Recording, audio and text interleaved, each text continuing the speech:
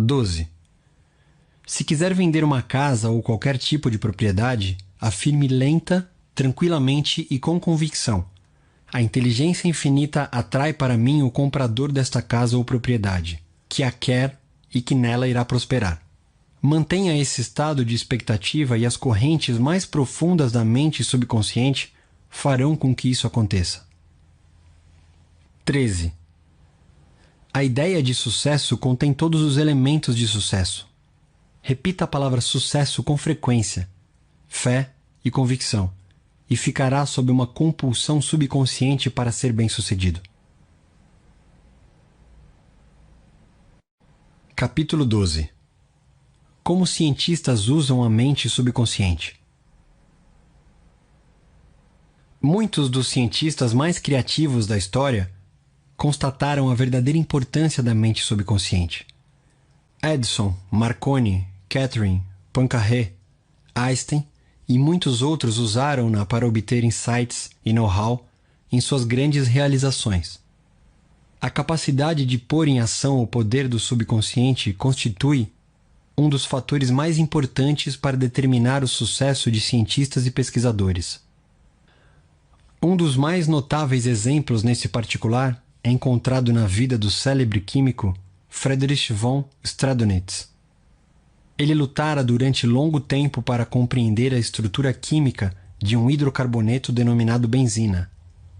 Trata-se de um composto constituído de 6 átomos de carbono e 6 de hidrogênio.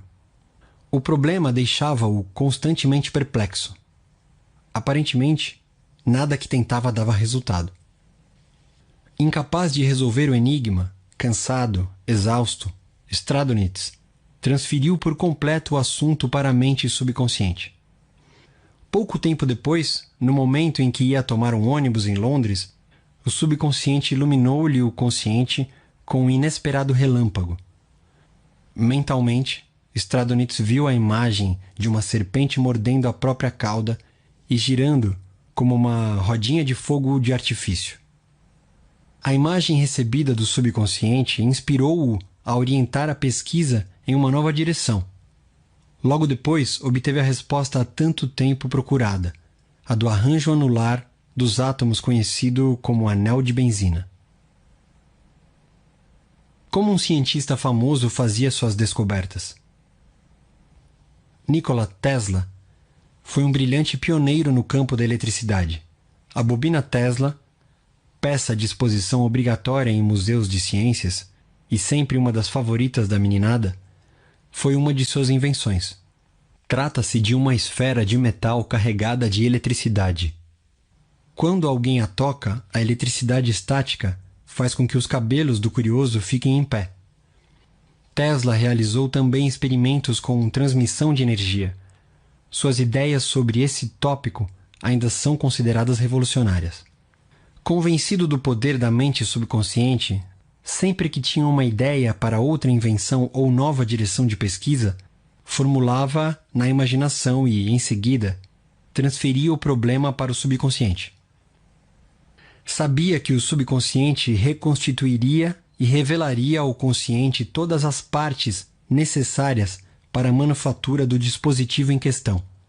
Examinando tranquilamente todos os possíveis melhoramentos, não perdia tempo corrigindo defeitos e fornecia aos seus assistentes o produto final, acabado, perfeito de sua mente.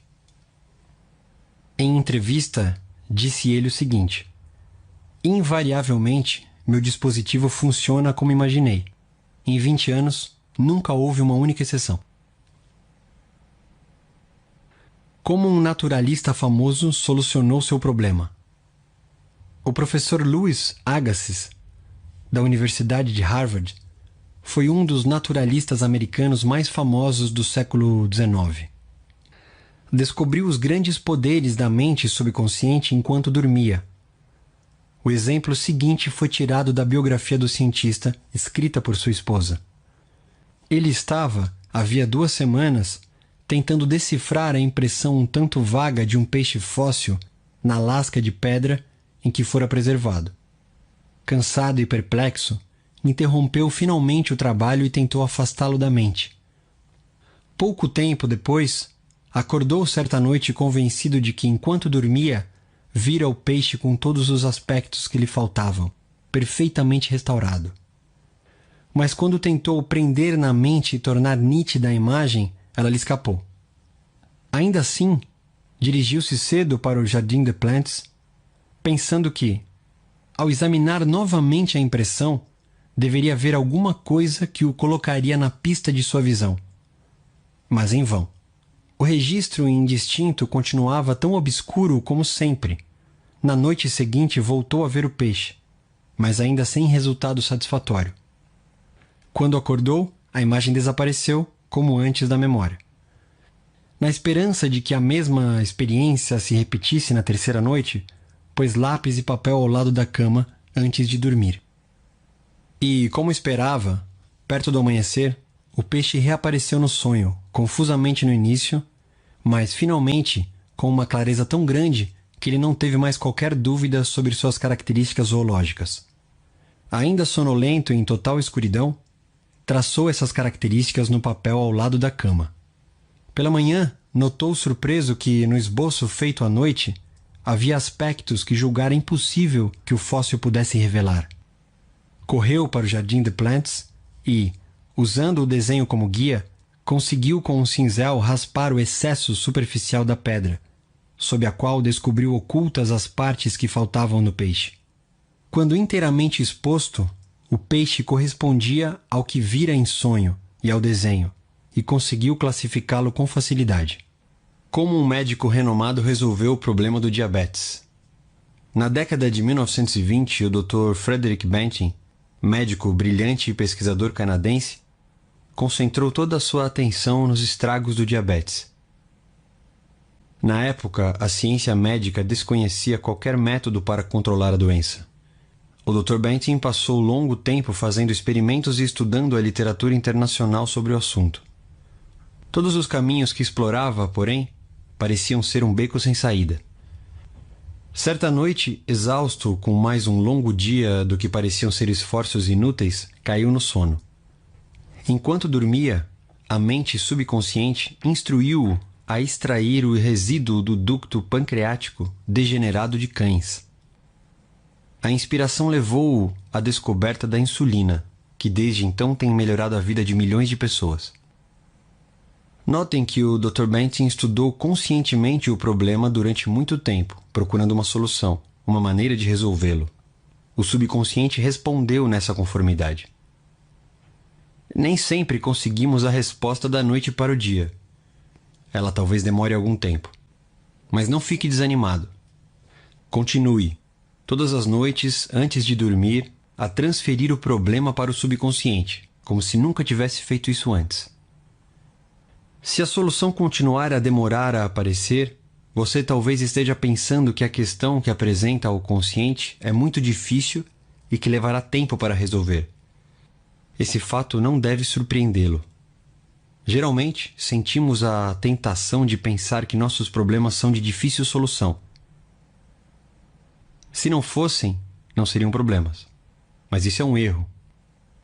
No que interessa ao subconsciente não há tempo nem espaço.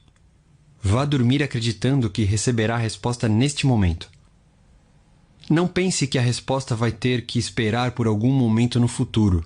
Mantenha a fé no resultado. Convença-se agora, enquanto lê este livro, de que há a resposta e a solução perfeita que espera. Como um cientista escapou de um campo de concentração soviético.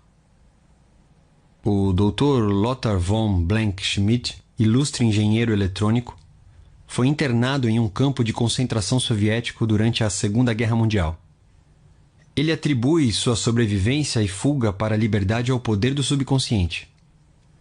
Fui prisioneiro de guerra em uma mina de carvão na Rússia. Nessa prisão, homens morriam à minha volta o tempo todo. Éramos vigiados por guardas brutais, oficiais arrogantes e comissários inteligentes e de decisões rápidas.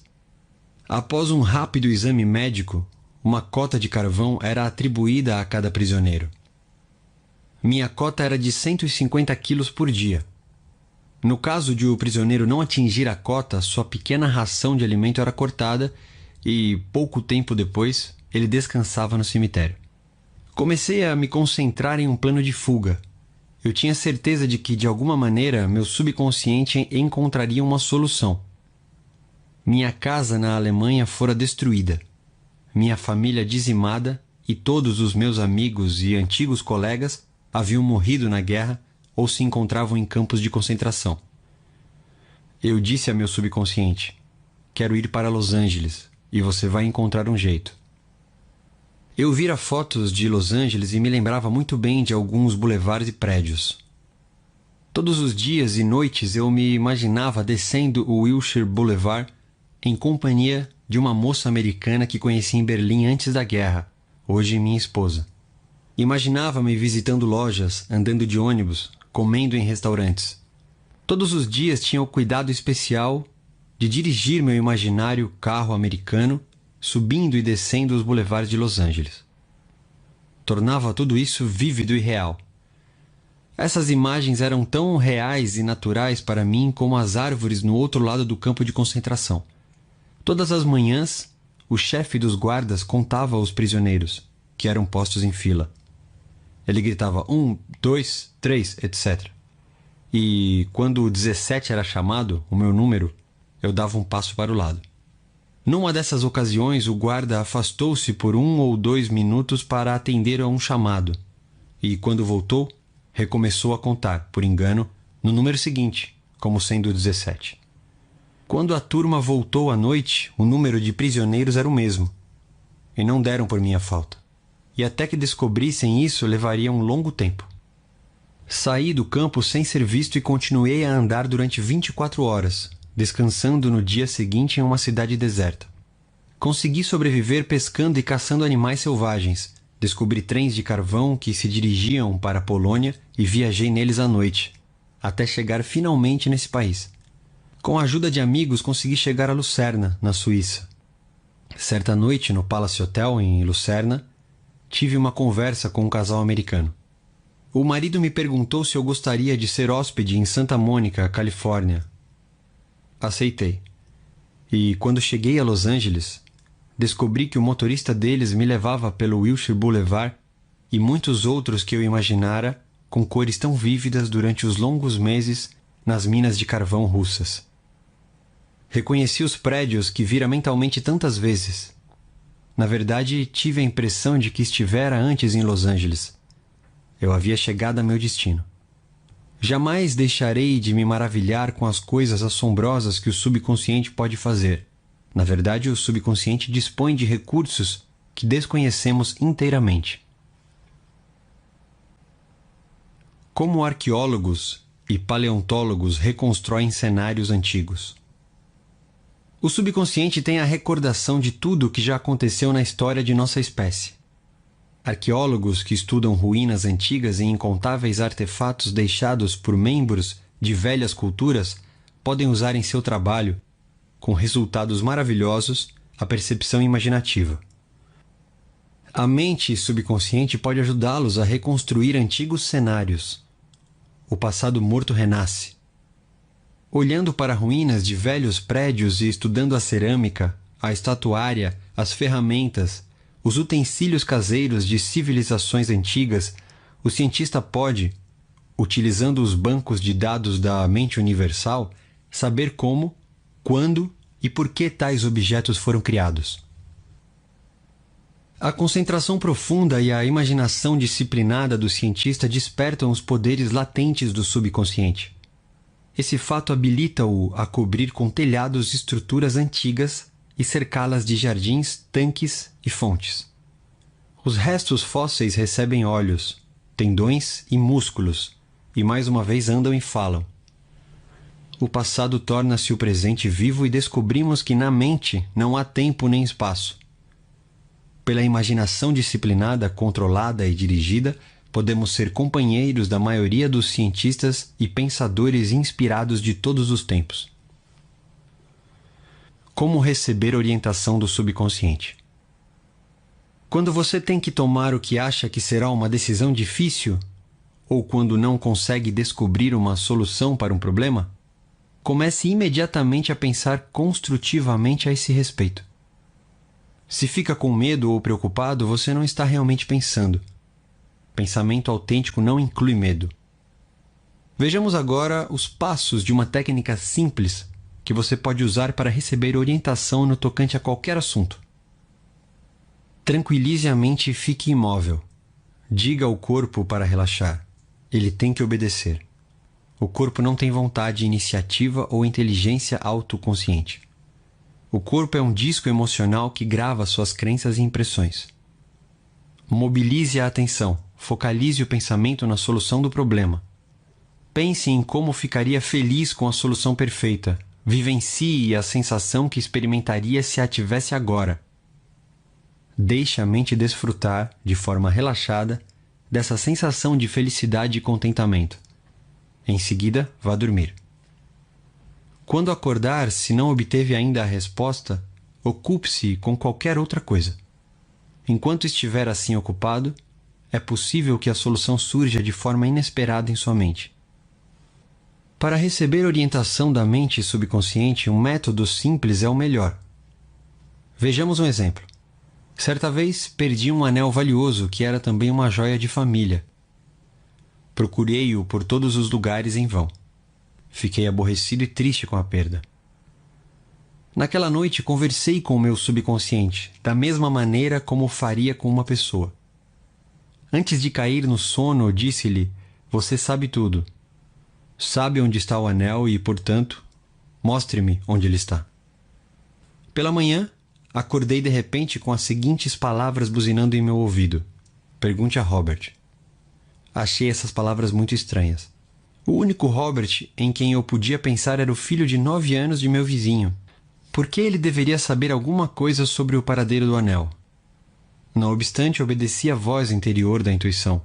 Encontrei-o no quintal de sua casa e lhe descrevi o anel.